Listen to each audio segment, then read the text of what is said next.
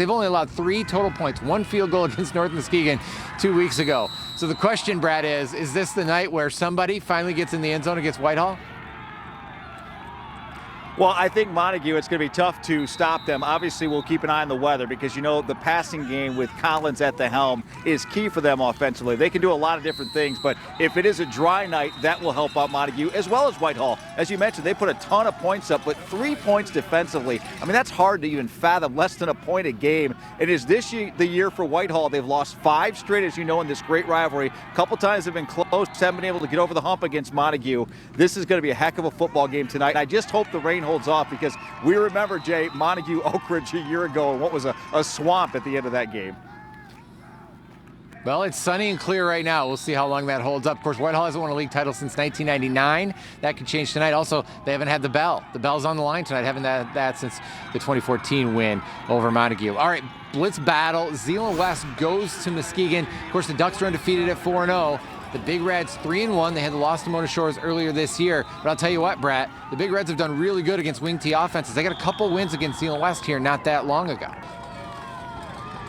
Yeah, you and I talked about it. What is it? The last 8 times they faced a wing T team, Muskegon has won those football games. And obviously, they're going up against one of the best in John Shillitoa in Zeeland West, who is undersized against Muskegon, who usually outsizes their opponents. But yeah, I really like the way that Crowley played, the quarterback for Muskegon last week against Zeeland East. To me, that was their most impressive offensive game they've had this year. Perfect timing going to this game at home against Zeeland West. We know it'll be a dry field because it's now the turf at Hackley Stadium. I think that helps out both teams here, but Carson Golker, the senior now quarterback, seems like he's been there forever, 3-year varsity starter at quarterback for John Shillitoa. He's a good athlete, maybe the best passer he's had at Zeeland West. I think he's got to play a factor tonight through the air if Zeeland West is going to come away with a victory. I think it is very doable for the Ducks, don't forget, both but as these you teams know, are the... Muskegon wants to stay in the race.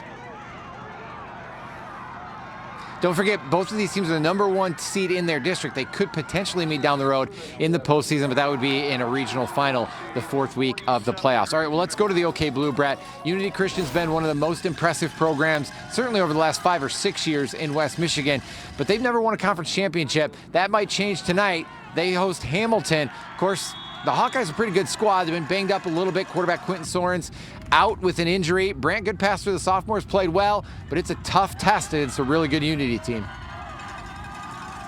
It is. Hamilton kind of stubbed their toe last week at home. Tough loss to Coopersville there in OK Blue play. But Malachi Abonde, another 3-year varsity player. We just talked about one in Carson Golker for Zeeland West. He's the guy who really gets Unity Christian going. They got a lot of complimentary players around him, but he's motivated this year. He's a senior. He wants to play college football. He's averaging over 115 yards per game rushing and a touchdown. It'll start with him.